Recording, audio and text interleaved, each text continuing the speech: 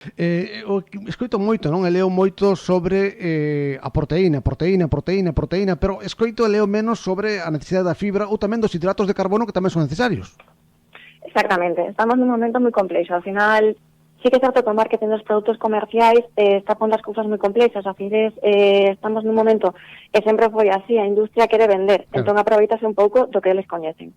Partimos da base de que ahora colleron por bandas proteínas e métenos casi hasta na auga. Sí que é certo que a proteína pues é un macronutriente que nos temos que cubrir cas necesidades diarias, de feito, eu recalco moitísimo, sobre todo en situación de patoloxía como esclerosis, na que ao final a pérdida muscular pues, pode ser con máis facilidade, pero hai outras macros que tamén están aí. Decíamos o tema dos hidratos que durante moito tempo foron demonizados, sobre todo nós como, bueno, no meu caso son muller, sempre nos dixeron, non consumas hidratos porque son malísimos, pois fannos engordar. Pois non, os hidratos son moi importantes, simplemente que hai que saber cales elegir. Al final, sí que é certo que dentro dos hidratos pois temos os máis simples que son azúcares, logo metémonos un pouco no que son cereais e demais, e logo xa chegamos ás fibras. Pois mira, precisamente, os hidratos máis complexos que combinan estes almidóns con fibras son moi boas opcións para obter enerxía, que son a que nos vai estar pois mellor durante todo o día e cumplir con nosas necesidades.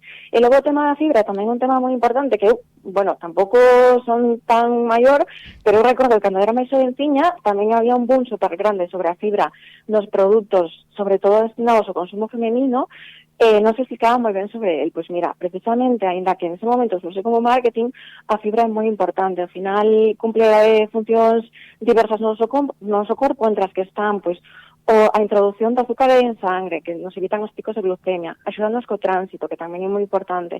E, sobre todo, sí que é certo que a fibra cumple un valor moi importante sobre a microbiota, que agora tamén está moi de moda porque é moi importante, pero é que ela é unha das, bueno, é a fonte principal de alimento desta microbiota e axudanos tamén ao control da inflamación. Entonces, cando nos introducimos a fibra na nosa dieta habitual, o que conseguimos tamén é alimentar estes bichiños que viven no noso intestino, no noso colon e demais, que van a producir uns ácidos grasos de cadena corta que nos van a axudar a controlar esta inflamación. Entón, dentro do contexto xeral, hai que ver todos os ámbitos e perderlle o medo a todas as cousiñas que a industria alimentaria nos foi metendo por intención de venta e demais.